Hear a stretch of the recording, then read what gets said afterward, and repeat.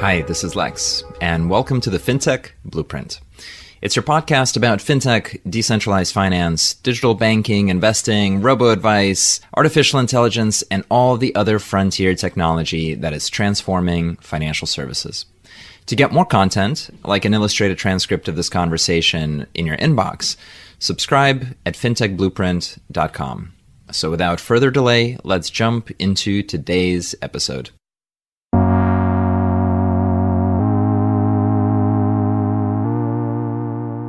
Hi, everybody, and welcome to today's podcast. I'm thrilled to have with us Avlok Kohli, who is the CEO of AngelList. I'm guessing that everyone in the audience knows of AngelList, but we're going to explore what AngelList is today and the transformation of the company over the last 5 years. With that, I'm really excited to have Avlok on the show. Great. Thanks for having me. Excited to be here. So let's start with the easiest and the hardest question. What is AngelList?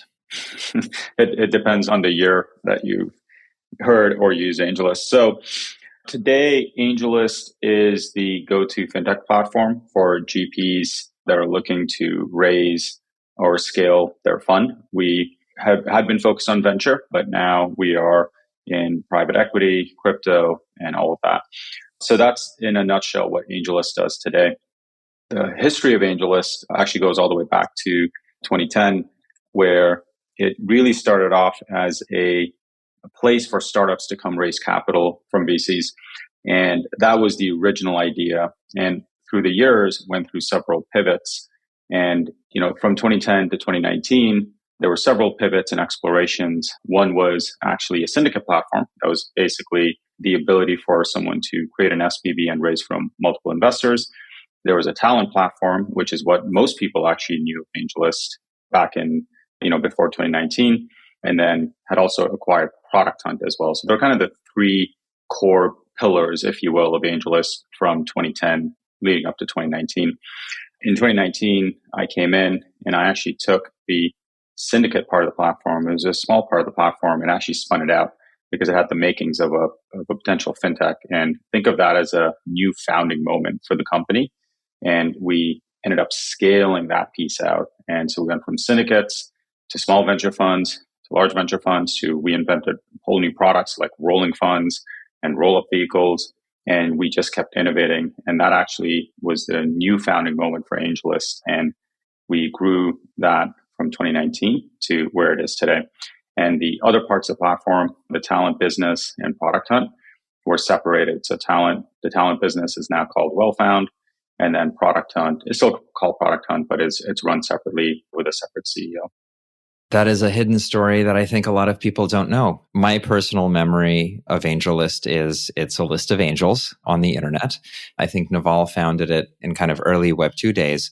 I remember for a company I founded called Nest Egg, which was an early robo-advisor, I tried to raise some money on it. And, I spent a week polishing PowerPoints and putting in different things into the interface. And then kind of the magic trick was that once you hit publish, Naval would personally take that information and send it to a bunch of people in the network. And I remember that email in my inbox. It was like such a surprise, that you had that personal handcrafted attention. Why wasn't that enough? That's a great product. I'm sure that community had grown quite a bit. Was there anything in that model that didn't click, or why do you think the company needed to keep searching for these different ideas? So it turns out when you announce to the world that you can come to a place like AngelList to raise capital, in the beginning, it's great. You get a lot of very high quality founders, high quality startups. But when it works, which it did, and famously Uber actually raised their first round through AngelList. When it works, you have everyone that shows up. And so the ability for someone like Naval or Nivi, who's the other co-founder, to hand review everything, handcraft everything and send it out and really pay attention to every single startup coming in, it just goes down. There's just not enough attention, not enough time in that day. And when everyone shows up, the signal to noise ratio actually gets lopsided. What that means is you had a lot of startups that showed up that weren't high quality and couldn't really raise that capital, but it just inundated all of the entire platform. So it just didn't scale. right? So that concept from one side of the market actually worked extremely well. Startups loved it. They showed up. But from the other side, the signal went down over time, and it was a lot harder to parse out which company is worth paying attention to versus not. Now, one way to address that would be a Y Combinator style model where you literally interview every single, or you interview most of the startups that apply, and then you let in a small percentage. But that wasn't the core DNA or the core model of AngelList. It was really focused on building software to scale a product. And so from there, what ended up happening was the syndicate model was born. It was, well, if the people in the company can't parse the signal, can't review every single startup, what they can do is they can actually have a syndicate lead. So someone who is going to put their own capital in, an angel investor, and they'll effectively say, hey, I'm tying my capital to this company. Now you can come behind me. And so that was a solution to actually address the signal to noise problem as the user base started scaling. So I think this is actually endemic to a lot of crowdfunding. Not that AngelList is straight crowdfunding, but you do have this lemons problem. In early crowdfunding platforms, the more projects you get, you start getting lower and lower quality because there's only a small percentage of the long tail that's good. And then similarly in copy trading platforms, another comparison, you have the same issue. So you think that syndicates is a good way to address it? Yeah, so syndicates ended up being a really good way to address that for the early stage startups. And this was in a different time when syndicates was originally launched, which I think was actually around 2016 time. And the reason it ended up being a good way to address it is it forced someone to put skin in the game, right? They had to put capital behind something. And when you're forced to put your own capital behind something, then other people are more likely to listen to you. But that's just one sort of signal. There's another sort of signal within syndicates, which is who is the lead investor? Like, is there a larger venture firm also coming into the deal, leading that deal? Now, that's not always there, but when it is there, that's another form of signal. And so you can think of it as hierarchies of signal that other LPs, people who want to invest in that deal, actually listen to. So one is, of course, the syndicate lead who's going to be putting their own capital in. Then the other one is who the lead VC is, and they're going to be looking at that as well. So think of it as a hierarchy of needs as a way to solve the whole signal to noise problem. And I don't follow any of the other platforms super closely, but if I were to just unpack the crowdfunding, which is a completely different class, it's actually, even from a regulatory structure, it's very different in how it works. The problem with crowdfunding is there is no signal, right? You can have anyone that goes there, goes to raise capital. And so it suffers from the whole signal to noise problem. And there is no skin in the game there. You don't quite know who's actually putting significant skin in the game. So when you're raising capital from a crowd, you don't have the same type of signal that you have when you're in traditional VC, right? Which AngelList plays in. It's interesting to go on this tangent as well because CoinList was, I think, a spin out of AngelList, if I'm right.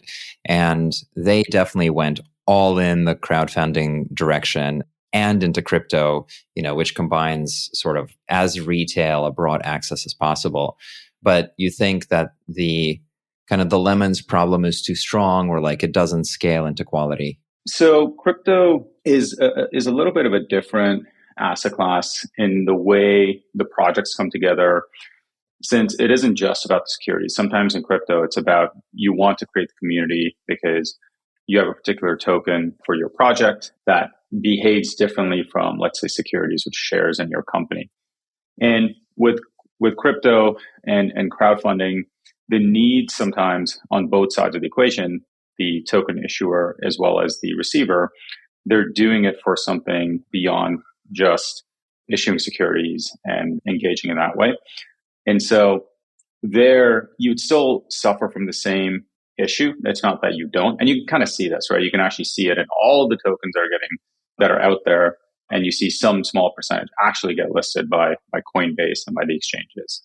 Now with CoinList does have a quality bar. So they do review and evaluate which ones to bring on, even for the crowdfunding side. But I would say crypto relative to venture investments, it does behave differently. And sort of the backstory here with why CoinList ended up being a spin out, this was before 2019, is in the original crypto boom, what ended up happening was there's a lot of activity and excitement to come into these crypto projects, but the regulatory framework wasn't very clear back then. And the core venture platform, which was syndicates at the time, within AngelList, was pretty clear what the regulatory structure is, very clear guidance from the SEC. But with crypto, there was no clear guidance. And so it was just a unknown, risky proposition of, hey, we don't quite know where the regulatory framework will land. And so it made sense for CoinList to separate and actually be its own entity so it can actually go down its own path, because it could have ended up down a very different regulatory structure that doesn't look like the venture, the ERA, it's called the exempt reporting advisor structure. So there was a regulatory reason why it made sense to separate the two entities.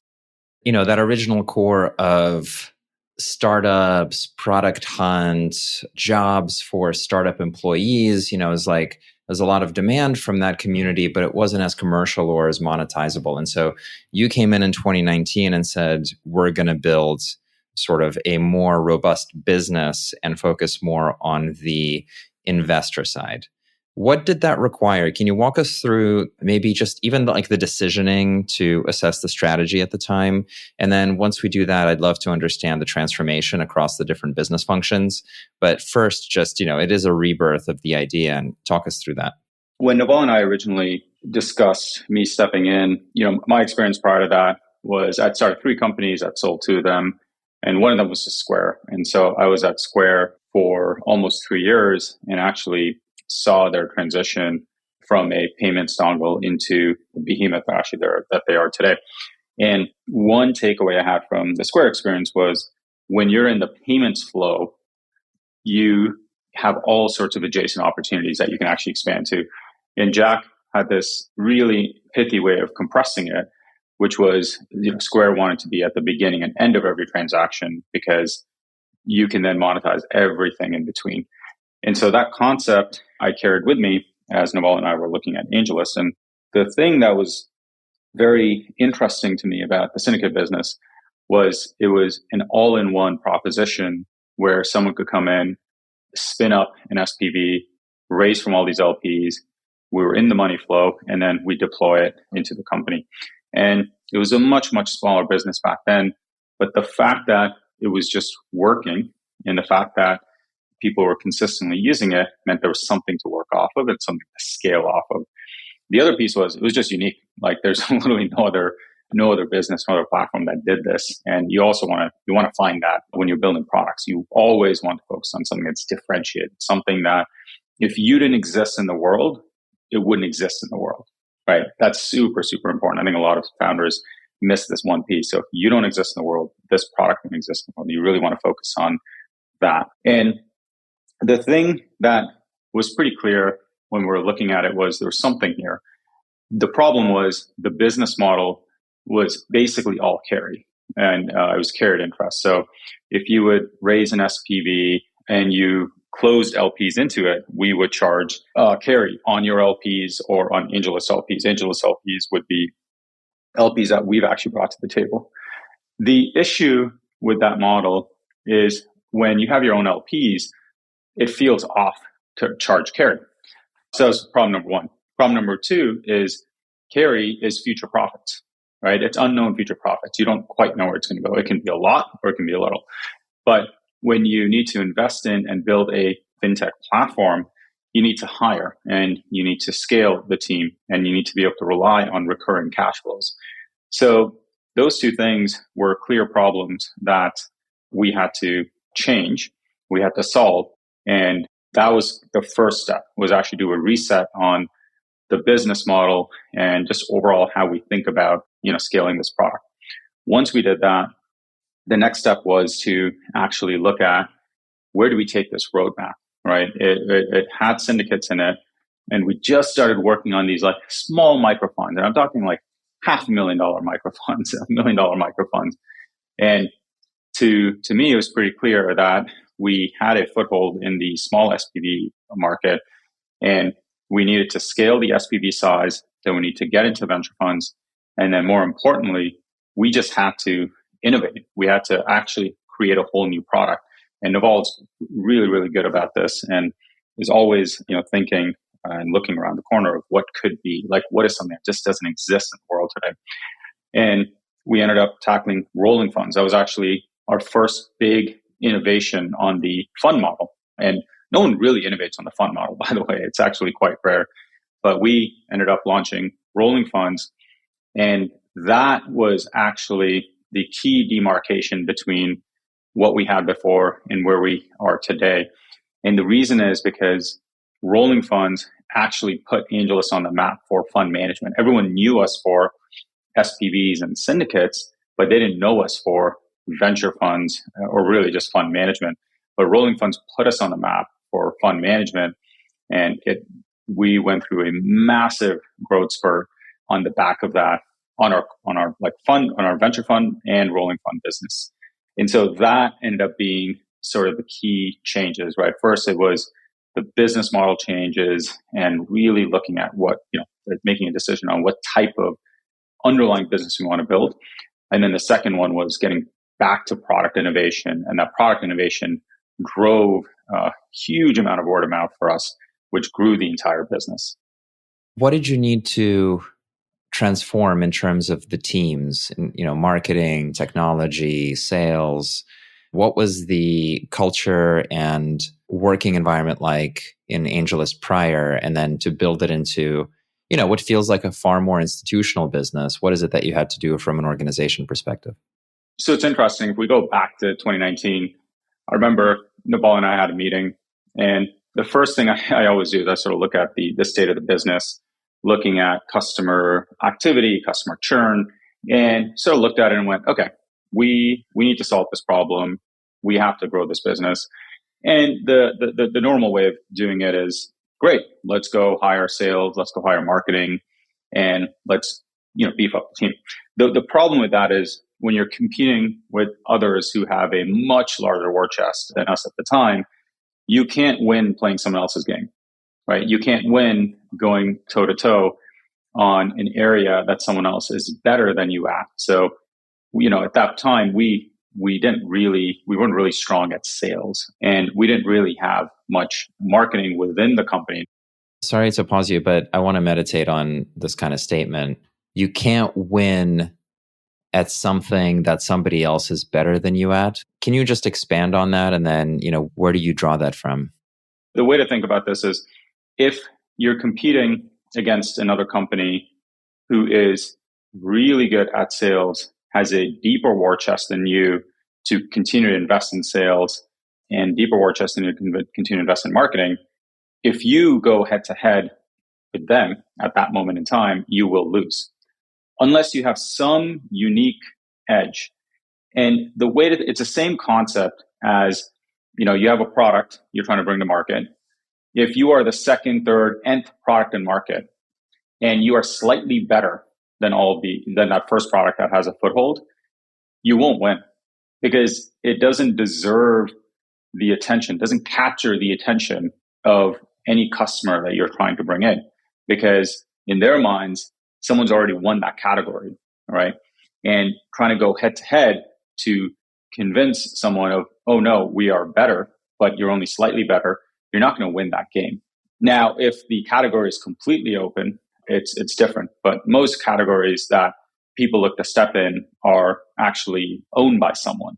And if you're going to go compete head to head, the only way to do so is your product has to be significantly better, or you just change the category entirely, meaning you carve out a different product category. And so that concept really comes from that insight, which is you can't win by playing someone else's game. You have to chart your own path. And what that really meant for us was we had to innovate. There was just no other way to do it. We could build a traditional venture fund product, which we did, and we had, but trying to go toe to toe with other fund management platforms back then who already had a foothold, were already known for it, already had a brand, everyone thought of those as the go-to folks for that product category. So we just could not compete on that playing field, no matter how much money we spent. Which, by the way, we didn't have much money back then, right? In the bank, we weren't going to win that game. And so the focus was actually on product innovation, which is really where we ended up focusing all of our energy, which is how rolling funds actually came about. It was a true product innovation. It owned the product category, and at the same time created a whole new marketing moment for AngelList that was basically self-fulfilling. Like, what would happen is customers would launch the rolling funds. They would go on Twitter. They would talk about it because we designed the product in that way.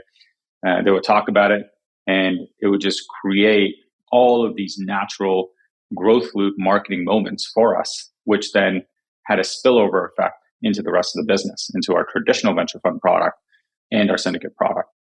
You had this advantage in terms of startup awareness and supply and sort of like the early stage ecosystem. You also had the other side of it, which was syndicates and small venture funds who were using the platform. And so once you were leaning into those, you had to figure out the dimension on which to compete. And you can't compete on the dimension in which others are already strong. So, you're trying to play a multi-dimensional game here. And I assume that the folks you're deciding to take on really in that moment is Carta, right? Who's kind of sitting on top of private markets. Carta's a good competitor. They're young as well, but they've also explored different areas of markets, came in to try to do secondaries, left secondaries. They're also evolving sort of at the same time.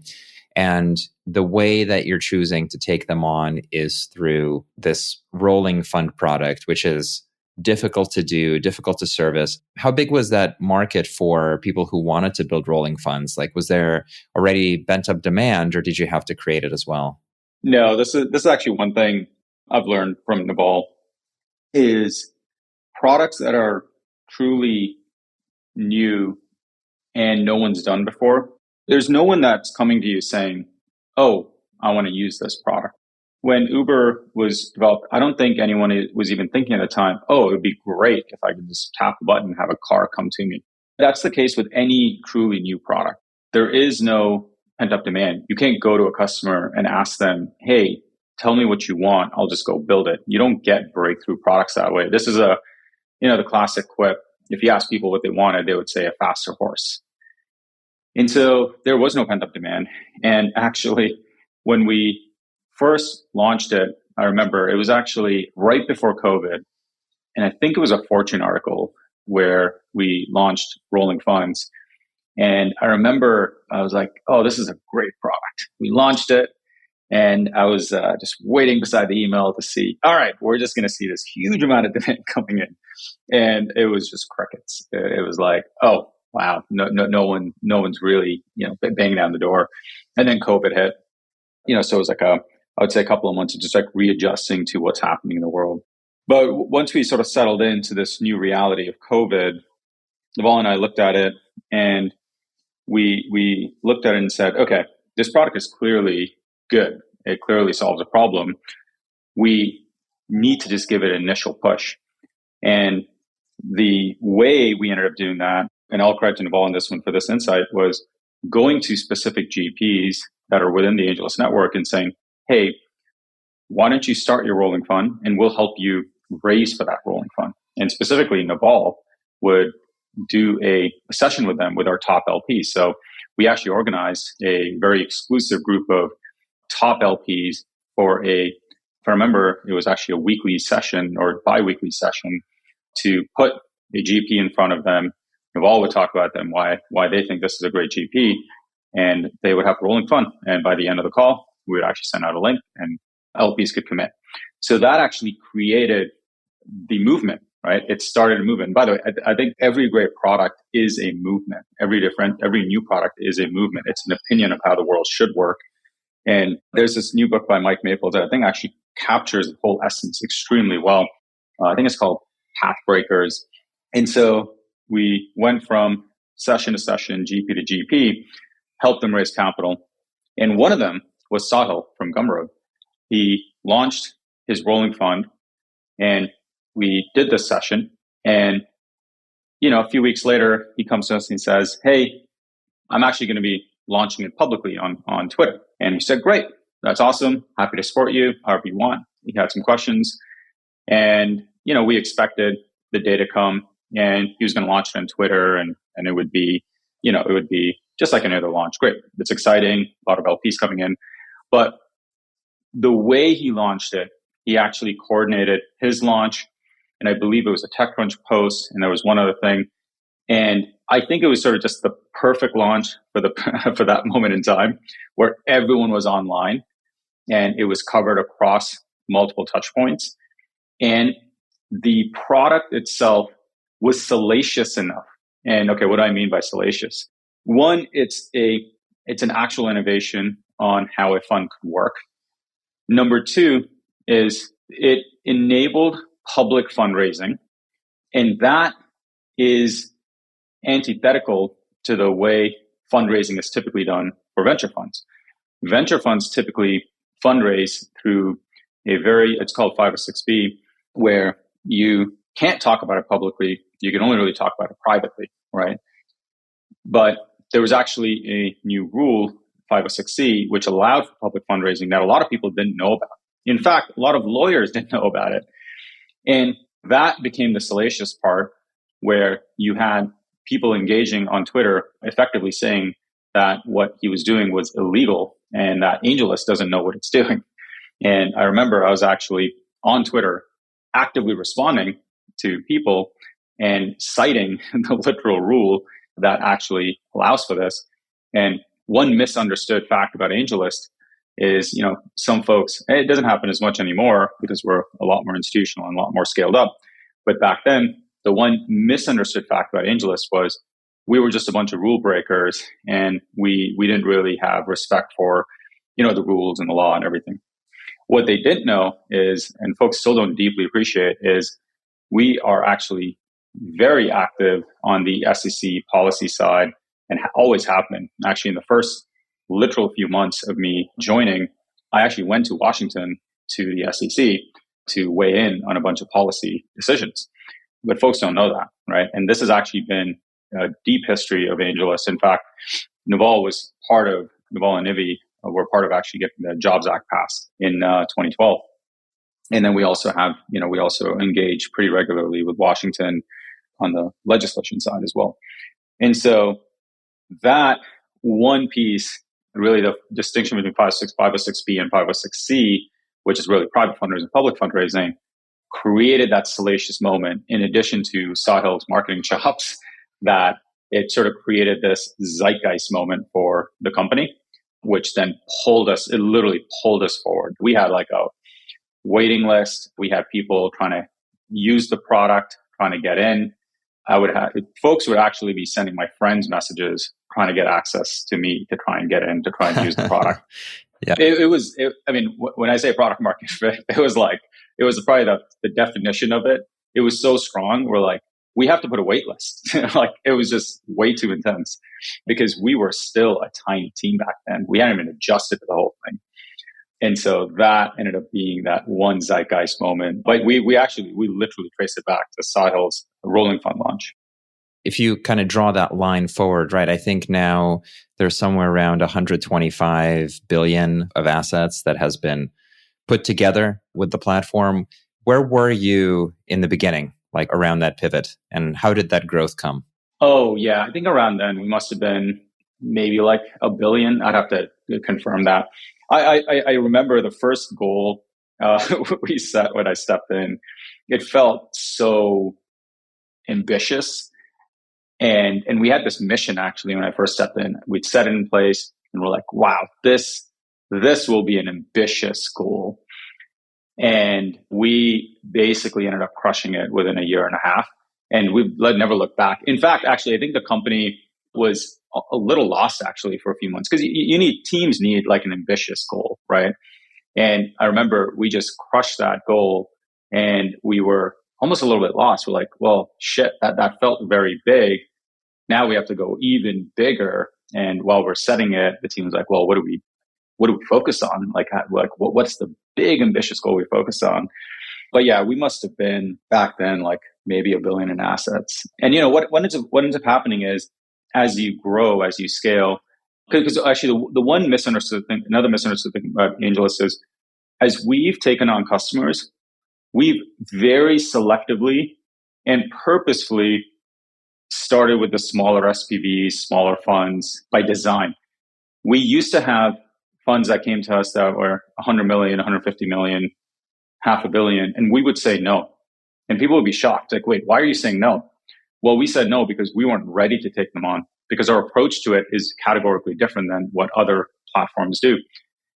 And so we would step by step, bit by bit, take on larger and larger funds. But now, as we're taking on larger funds, you just see this huge growth because we're more than comfortable now taking on the ultra large funds. In fact, we actually power scout funds for some of the top venture firms. And by top, I mean like literal top 5 venture firms in the world, because our infrastructure is very sophisticated. We're now able to serve them, but we would not have been able to serve them even 3 years ago. Actually, it would have been very tough for us. That's an amazing transformation journey. I mean, that's absolutely huge scale that you've been able to get to. I want to ask you about more broadly the private markets, right? Because now you're sitting and doing fund administration and sort of all of these sort of gears of private markets investing. And one of the ideas that we as investors or just in the media see come up over and over again, I guess there's 2 ideas. One is creating liquidity for private equity. Sort of everybody's tried it, from the crowdfunding platforms way back to some of your competitors, to the crypto people have said, we'll give liquidity to private equity. And it seems, even though there are platforms that facilitate this, it still seems really hard, far away, and it's not really what regular people do, is that they don't get exposure to this asset class. And then the other story that's also at this point a 15-year-old story is, companies are going public at 50 billion after all of the original capital gains are gone. And so, you're not going to get Amazon, you're not going to get Google, right? Like Figure, without any real revenue or distribution, raised at a $40 billion valuation. OpenAI is 300 billion. Anthropic is again like 40 or 50 billion. So you've got this huge value leakage out of the public markets. The public markets are just giant asset management robot machines. So there's sort of like this mythical Valhalla of, if only private equity could be liquid and in everyone's portfolios. And at the same time, it is so profoundly difficult from a regulatory perspective as well as from just a market structure perspective. Given your current vantage point, how do you look at this problem? Like, what are ways in which it can be quote unquote solved? And what are the potential pathways going forward?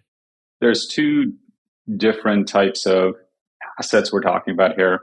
I think there's a venture and non-venture. And I know it gets bucketed into private equity, but private equity has way more than just venture. I would say if we're talking about venture, it is true that companies are taking longer to go public. It is true that, those gains for those companies aren't being captured by the retail class, by the non-accredited. And that's definitely a shame. And again, I actually understand all of the incentives to not go public. I think the reality, it has gone harder and harder to go public. Also, I just think the bar has changed, right? From even 2 decades ago, you would actually have a class of investors in the public markets that would be comfortable with, companies that don't have like $1 billion in revenue. But nowadays, you sort of have this like minimum bar you have to clear in order to even consider going public. Otherwise, you're just not given the time of day. You're not given the space to evolve the business. So I think there's a question of risk appetite in the public markets. I actually have heard arguments on both sides.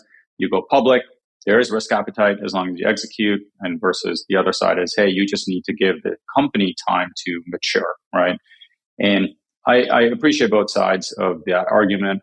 The reality is going public is a one-way door. And so once you do it, it's very hard to reverse it. It's very hard to actually go private, which is, I think, what the underpinnings are for why a lot of these companies are being cautious about when they decide to go public. So that's sort of like just broader commentary. Now, in terms of liquidity in the private markets, and how you provide more liquidity in the private markets, I think the vast majority of the volume is concentrated in the few companies that have the ability to go public soon, right? Or there's a lot more known about that company. They have the brand, because you have a lot of companies under the radar. They're doing extremely well, but they just don't have that brand yet. And the way I think about this is that company is actually being underwritten based on their probability that they're going to go public soon, right? Because if you're going to invest at the later stages, you are like your return horizon isn't the 10 to 15 years, which is what it is for early stage venture. Your return horizon is more like 2 to 3 to 4 years because you're expecting this company to go public and then you're going to return capital to your LPs and then you'll go through the next cycle. And that isn't going to change, right? I actually don't think that dynamic will change. I don't think we'll all of a sudden see more liquidity to the earlier stage companies because it's a question of risk, it's a question of return horizon, and it's a question of brand, right? So all of these things actually factor into it. So you have a lot of the same dynamics that appear in the public market starting to creep into the late stage private markets. And I don't think that will change. Now, in terms of my broader view on liquidity within venture, or let's call it the non-accredited class, I think the best way to do that is actually through a fund. And the reason I think it's the best way to give the non-accredited investor class access to venture through a fund is you can then allow for risk of loss, right? You can invest in a broader set of startups, whether it's early stage, mid stage, or late stage. You can absorb the loss. You can capture the upside. And it behaves a little bit more like the S&P 500, right? It's not exactly right, of course, because there's a lot of rebalancing that happens. But you can, at the very least, get some resemblance of an index versus getting concentrated exposure to companies that actually do have high risk of going out of business or high risk of not returning what you expected of that company. And I think that's the best way for the non-accredited investor class to access venture. I'm not sure if we're going to see like more and more liquidity continue to flow in. In fact, I mean, the big sort of narrative and news right now is there's not enough liquidity within the private markets. I don't know if that's going to change. I do think the only way for that to change is for these companies to go public because it's like similar dynamics. A lot of capital is going to a few companies in the secondary markets. We're personally not seeing that trend change. One thing you mentioned prior to the conversation was artificial intelligence and how that's getting pulled into your products as well. Of course, a huge theme on the investment side, but I'm curious, especially in financial services and in sectors that are so clunky in terms of regulations, lawyering, workflow, all this stuff. How are you seeing AI getting applied to clear that up? Yeah, the way I think about AI, it's digital intelligence. And if a human can do it once, then the digital intelligence can replicate it forever, right? And when it comes to finance and fintech, there is a surprising amount of back office work that's there. And the back office work you can think of as a lot of playbooks that a large group of humans execute on.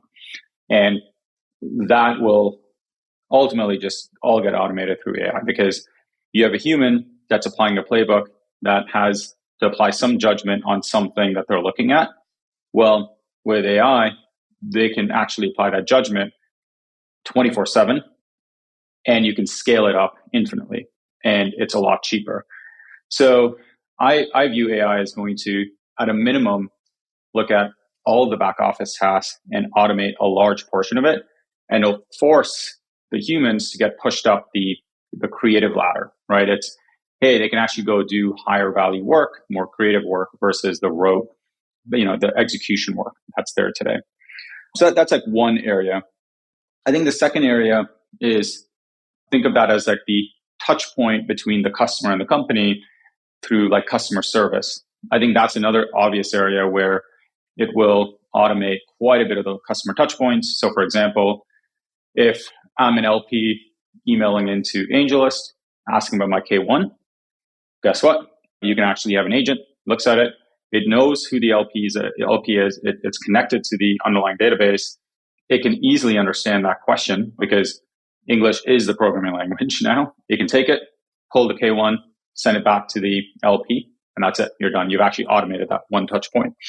That's another area. And then the third is, I would say, in the customer-facing product, like a net new product that unlocks something that just wasn't possible before. And so, one example of this, AngelList just launched this product in beta called Fin, where we built a reasoning agent on private market data. So we've aggregated anonymized some AngelList data.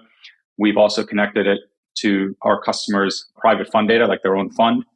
And we've partnered with a bunch of different service providers. So for example, one of them is a provider to aggregate secondary data. Actually, they've actually aggregated from all the providers. So I can ask questions like, how much secondary volume was there for SpaceX in the last quarter? And I can get that answer. I can even get right down to the studs and look at what was the actual buy sell volume, what were the numbers, and it can allow people to very quickly get to a fair price for whether they're a buyer or a seller. And that's another example of how AI is actually going to impact fintech and finance overall. But I'm actually very excited about it. I think, and we actually at AngelList have initiatives on all three of these areas. I do think the one thing that will be really, really important is the error rate on finance and expectations of AI and finance will be very low. And you have to parse out what sort of systems you're building where the error rate has to basically be zero. And how do you do that? And so we have some ideas on that. There's a concept in accounting called maker checker. You have one thing that does the thing, the other thing that checks the thing. And so we have different ideas on how that's all going to come together. But yeah, we see AI impacting finance in a big, big, big, big way. That's fascinating to get that unstructured data out in a way that others can consume and markets can consume. And I think that's actually quite valuable. And there's lots of examples of businesses that find data to be the magic thing that gets squeezed out of it. Even the exchanges, the large exchanges are primarily data businesses once you get rid of all the fees. That's exactly right. Well, this has been a fascinating discussion. I've learned a ton about how AngelList has transformed, and that journey is not easy. And basically starting a new company with assets of the old company and building a new culture and creating new goals, and then fighting some pretty tough battles. If our listeners want to learn more about you or about AngelList, where should they go? Yeah, so about me, it's x.com/Avlok, AVLOK, and then AngelList would be x.com/AngelList, ANGELLIST. Fantastic. Avlok, thank you for joining me today. Thank you for having me. This was great. Hi, everyone. That's it for this week's episode of the FinTech Blueprint. For more technical deep dives into all things fintech and decentralized finance, check out fintechblueprint.com and grab a free subscription to the newsletter. This is Lex, and I'll see you next time.